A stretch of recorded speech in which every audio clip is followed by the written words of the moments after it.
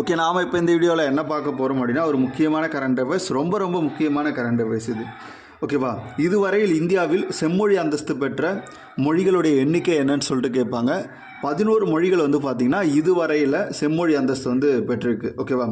இந்த செம்மொழி அந்தஸ்துக்கான அளவுகோல் பார்த்திங்க அப்படின்னா 2000 ஆண்டுகளுக்கு பழமையான மொழியாக இருந்துச்சு அப்படின்னா அதை செம்மொழியாக மத்திய அரசு பார்த்திங்க அப்படின்னா அறிவிச்சிட்ருக்காங்க. இதான் பார்த்திங்கன்னா செம்மொழிக்கான அளவுகோல். ஓகேவா? இப்போ முதல்ல செம்மொழியாக அறிவிக்கப்பட்ட மொழி எது அப்படின்னு பார்த்தீங்கன்னா தமிழ் 2004, 2005 பார்த்திங்க அப்படின்னா சமஸ்கிருதம், 2008 கன்னடம் மற்றும் தெலுங்கு, மலையாளம் 2013, ஒடியா பார்த்திங்கன்னா 2014 பார்த்திங்கன்னா செம்மொழியாக அறிவிக்கப்பட்டது.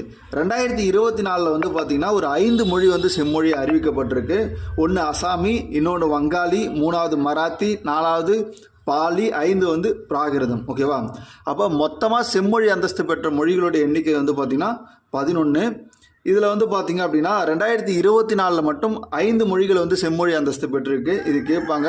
அசாமி, வங்காளி, மராத்தி, பாலி, பிராகிருதம். இது பார்த்திங்க அப்படின்னா 2024 செம்மொழி அந்தஸ்து பெற்ற மொழிகள். அப்போ மொத்த செம்மொழி அந்தஸ்து பெற்ற மொழிகள் பார்த்திங்க அப்படின்னா 11. அதனுடைய அளவுகோல் பார்த்திங்கன்னா 2000 ஆண்டுகளுக்கு பழமையான மொழியாக இருந்துச்சுன்னா அதை செம்மொழியாக அறிவிக்கலாம். அதன் அடிப்படையில் பார்த்திங்க அப்படின்னா 2004 தமிழும், 2005 சமஸ்கிருதமும், 2008 கன்னடம் ப்ளஸ் தெலுங்கு, மலையாளம் பார்த்திங்க அப்படின்னா 2013, ஒடியா 2014 பார்த்திங்க அப்படின்னா அறிவிக்கப்பட்டது.